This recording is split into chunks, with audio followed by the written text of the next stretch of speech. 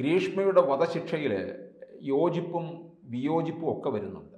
നിയമപരമായിട്ട് ചില പ്രശ്നങ്ങളും പലരും, അതായത് മുൻ ജഡ്ജിമാർ അതുപോലുള്ള മറ്റ് നിയമ വിദഗ്ധരുമൊക്കെ മുമ്പോട്ട് വയ്ക്കുന്നുണ്ട്.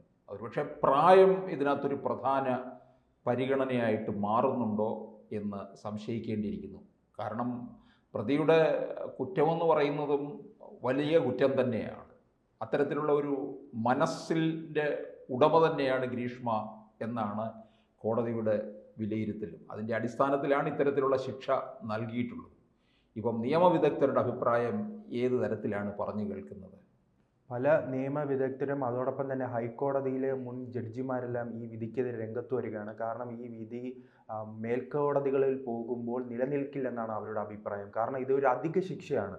കാരണം ഈ പെൺകുട്ടിയുടെ പ്രായം നമുക്കറിയാം, പല കേസുകളും സുപ്രീം കോടതിയുടെ ഉൾപ്പെടെ പല കേസുകളും പരിഗണിക്കുമ്പോഴും അതിനെക്കുറിച്ച് നാം പഠിക്കുമ്പോഴും അറിയാം, അതിൽ ഏറ്റവും പ്രധാനപ്പെട്ടത് പ്രായമാണ്. ഈ പ്രായത്തിൻ്റെ പരിഗണന എല്ലാ കേസുകളിലും കൊടുക്കുന്നുണ്ട്. പക്ഷേ ഈ കേസിൽ അങ്ങനെ ഒന്നും ലഭിച്ചിട്ടില്ല. അതോടൊപ്പം തന്നെ ഈ ഒരു പ്രതി ഉണ്ടാകുമ്പോൾ ആ പ്രതിയുടെ മുൻ പശ്ചാത്തലം, ആ പ്രതിക്ക് മുൻപ് ക്രിമിനൽ പശ്ചാത്തലം ഉണ്ടാകുമോ എന്ന് പരിശോധിക്കാറുണ്ട്. കാരണം നമുക്കറിയാമല്ലോ, ഈ നിരന്തരം പ്രതികളൊക്കെ ആകുന്നവരെ കോടതി തന്നെ ശിക്ഷയിൽ പറയുന്നു, ഈ പ്രതി ഇത്തരം കുറ്റകൃത്യങ്ങൾ തുടർച്ചയായി തന്നെ ചെയ്യുന്നുണ്ട്, അതുകൊണ്ട് ഈ ശിക്ഷ വിധിക്കുന്നു എന്ന രീതിയിലുള്ള പല പ്രസ്താവനകളും നാം കേട്ടിട്ടുണ്ട്. അപ്പോൾ അങ്ങനെ ഈ ക്രിമിനൽ പശ്ചാത്തലം ഇല്ലാത്തൊരു കുട്ടി, ആ കുട്ടിയുടെ പ്രായം ചെറുതാണ്, അതോടൊപ്പം തന്നെ വിദ്യാർത്ഥിയാണ്, പഠിക്കണമെന്ന മോഹമുണ്ട്, മുൻകാലങ്ങളിൽ പഠിച്ചിരുന്ന പല പരീക്ഷകളിൽ ഉന്നത വിജയം നേടാൻ കഴിഞ്ഞിട്ടുണ്ട്. അങ്ങനെ അതൊന്നും പരിഗണിക്കാതെയാണ് ഈ കേസിൻ്റെ വിധി ഉണ്ടായതെന്ന് ഇപ്പോഴുള്ള മുൻ ഹൈക്കോടതി ജഡ്ജിയായ കമാൽ പാഷയാണ് ഈ വിധി ന്യായത്തിനെതിരെ രംഗത്ത് വന്നിരിക്കുന്നത്. അദ്ദേഹം ചൂണ്ടിക്കാണിക്കുകയാണ്, ഈ പ്രായത്തിൻ്റെ ഉള്ള കാര്യങ്ങൾ എല്ലാം ചൂണ്ടിക്കാണിച്ചാണ് പറയുന്നത്. കാരണം ഇതിൻ്റെ കേസിൻ്റെ തുടക്കം തന്നെ എല്ലാവരും പ്രതീക്ഷിച്ചിരുന്നത് കൂടുതൽ ഒരു 7 വർഷം തടവ്, അല്ലെങ്കിൽ കൂടിപ്പോയാൽ ജീവപര്യന്തം, അങ്ങനെയായിരുന്നു. അതിൽ ഏറ്റവും കൂടുതൽ ലഭിക്കുന്ന ജീവപര്യന്തമാണെന്നാണ് പ്രതീക്ഷിച്ചിരുന്നത്. അപ്പോൾ അങ്ങനെയുള്ള പ്രതീക്ഷയെല്ലാം തകിടം മറിച്ചുകൊണ്ടാണ് ഇപ്പോൾ ഇത്തരമൊരു വധശിക്ഷയിലേക്ക് എത്തിയിരിക്കുന്നത്. പൊതുസമൂഹത്തിന് ഇനി കൈയടിക്കാനുള്ള ഒരു വിധിയായി എന്തായാലും ഇത് കാണുമ്പോഴും നിയമവിദഗ്ധർ ഇത് വ്യക്തമായി തന്നെ പറയുന്നു. കാരണം ഇതിപ്പോൾ നെയ്യാറ്റിൻകര അഡീഷണൽ സെഷൻസ് കോടതിയുടെ വിധിയാണല്ലോ. ഈ വിധിയിൽ നിന്ന് തന്നെ ഇങ്ങനൊരു വിധി പ്രഖ്യാപിച്ചിട്ടുണ്ട്. ഈ ഗ്രീഷ്മയ്ക്ക് വധശിക്ഷയും അതോടൊപ്പം തന്നെ ഗ്രീഷ്മയുടെ അമ്മാവന് 3 വർഷം തടവും, അമ്മയെ വെറുതെ വിട്ടിട്ടുണ്ട്. അപ്പോൾ അങ്ങനെയുള്ള ഒരു കേസിലാണ് ഇപ്പോൾ ഈ വിധി ഉണ്ടായിരിക്കുന്നത്. അതോടൊപ്പം തന്നെ ഈ കമാൽ പാഷ ചൂണ്ടിക്കാണിക്കുന്ന മറ്റു കാര്യങ്ങൾ, അതിലേറ്റവും പ്രധാനപ്പെട്ടത്, ഇത് സാഹചര്യ തെളിവുകൾ മാത്രമാണുള്ളത്. സാഹചര്യ തെളിവ് അല്ലാതെ ഒരു ദൃക്സാക്ഷിയില്ല. ഇങ്ങനെ ഷാരോണ് ഈ വിഷം എടുത്തു കൊടുക്കുന്നതോ മറ്റു ദൃക്സാക്ഷികളില്ല. സാഹചര്യ തെളിവ് വെച്ച് പോലീസ് യൂട്യൂബിൽ സെർച്ച് ചെയ്തു. അതോടൊപ്പം തന്നെ സമീപത്തെ ഏതോ പറമ്പിൽ നിന്നും വിഷത്തിൻ്റെ കുപ്പി കിട്ടി. ഈ 11 ആദ്യം കേസ് തന്നെ പോലീസ് രജിസ്റ്റർ ചെയ്തിരിക്കുന്നത് ഈ ദുരൂഹ മരണം എന്ന രീതിയിലാണ്. ഒരു മരണം സംഭവിച്ചിട്ടു എന്നൊരു കാര്യം കാട്ടി ബന്ധുക്കൾ നൽകുന്ന പരാതിയുടെ അടിസ്ഥാനത്തിലാണ് ഇതിൻ്റെ കേസ് അന്വേഷണം നടക്കുന്നത്. തുടക്കത്തിലെല്ലാം ഗ്രീഷ്മയിലേക്ക് എത്താൻ വളരെ ബുദ്ധിമുട്ടായിരുന്നു. പിന്നീട് ആഴ്ചകളെടുത്താണ് ഈ ഗ്രീഷ്മയെ ചോദ്യം ചെയ്ത് ഇത്തരത്തിലേക്കുള്ള ഒരു വാദപ്രതിവാദങ്ങളിലും ഈ കേസിലേക്കെല്ലാം തെളിവ് സംഘടിപ്പിച്ചിരിക്കുന്നത്.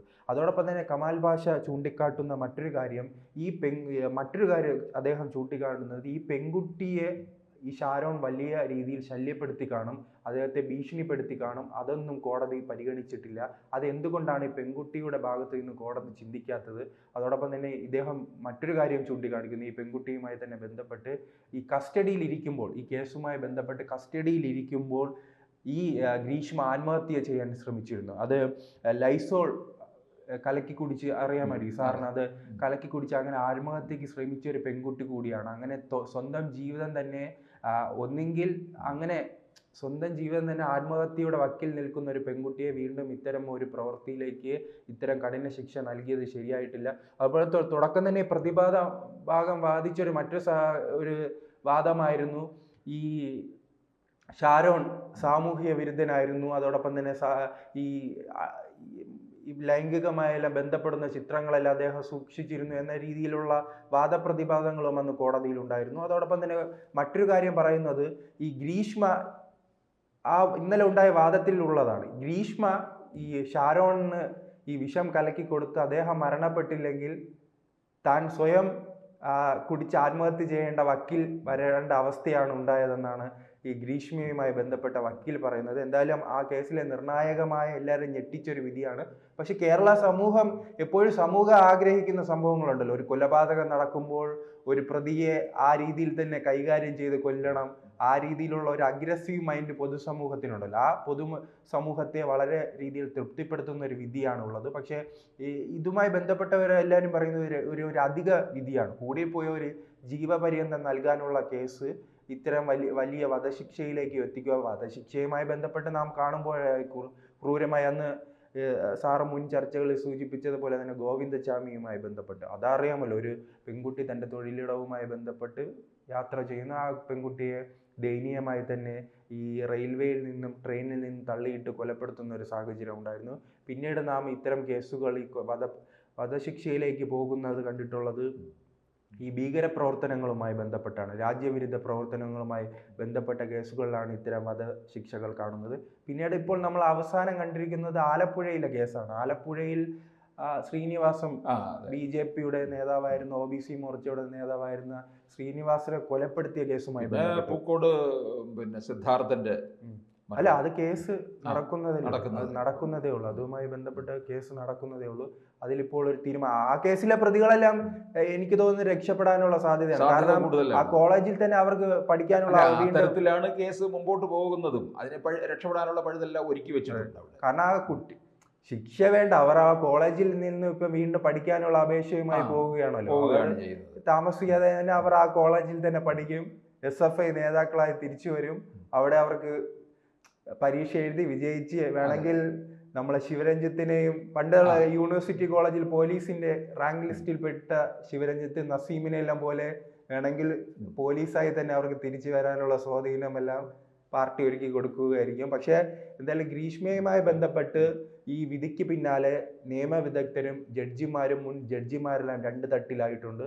ഈ പൊതുജനം വലിയ രീതിയിൽ തന്നെ ഇതിനെ സപ്പോർട്ട് ചെയ്യുന്നു. കാരണം അദ്ദേഹം ഈ ഷാരോണുമായി ബന്ധപ്പെട്ട് ഷാരോൺ ഗ്രീഷ്മയെ വളരെയധികം സ്നേഹിച്ചിരുന്നു എന്ന് പറയുന്നു. അതോടൊപ്പം തന്നെ ഈ 11 ദിവസം കഴിഞ്ഞാണല്ലോ ഈ മരണമൊഴി നൽകുന്നത്. ഈ മരണമൊഴിയിൽ ഉൾപ്പെടെ ഈ പെൺസുഹൃത്തിന്റെ കാര്യം അദ്ദേഹം പറയുന്നില്ല, ഷാരോൺ തന്നെ വിശ്വസിക്കുന്നില്ല. ഷാരോൺ പറയുന്നത് ഇങ്ങനെ വീട്ടിൽ നിന്ന് ഒരു കഷായം കുടിച്ചിട്ടുണ്ട്, അതിനുശേഷമാണ് ഈ പ്രശ്നങ്ങൾ ഉണ്ടായത്, ഗ്രീഷ്മ അങ്ങനെയൊന്നും ചെയ്യില്ല എന്നതാണ് ഷാരോണിന്റെ അവസാന മൊഴിയായി പറയുന്നത്.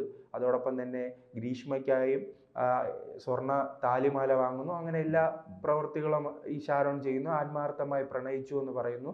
പക്ഷേ ഗ്രീഷ്മ ഈ അവസാന ഘട്ടത്തിൽ ഷാരോണുമായി പ്രണയമില്ല, പിന്മാറണമെന്ന് ആവശ്യപ്പെടുമ്പോൾ ഗ്രീഷ്മയെ ഭീഷണിപ്പെടുത്തിയതായും, അതോടൊപ്പം തന്നെ ഷാരോൺ മറ്റൊരു കാര്യം പറയുന്നുണ്ട്. ഈ ഷാരോണുമായി ബന്ധപ്പെട്ട് ഷാരോൺ ഈ ഗ്രീഷ്മയോട് പറഞ്ഞെന്ന്, എന്നോടൊപ്പം ജീവിച്ചില്ലെങ്കിൽ മറ്റാരോടൊപ്പവും ജീവിക്കാൻ അനുവദിക്കില്ല എന്ന കാര്യങ്ങളും ഈ കോടതിയുടെ വാദപ്രതിവാദങ്ങൾക്കിടയിൽ ഉയർന്നു വന്നിട്ടുണ്ട്. എന്തായാലും പല നിയമവിദഗ്ധരും പറയുന്നത് ഇത് അധിക ശിക്ഷയാണ്, അതുകൊണ്ട് തന്നെ കുറച്ച് നാൾ കഴിയുമ്പോൾ മേൽക്കോടതിയിൽ പോകുമ്പോൾ ഈ വിധിയെല്ലാം വെറുതെയാകുമെന്നാണ് വിദഗ്ധർ പറയുന്നത്.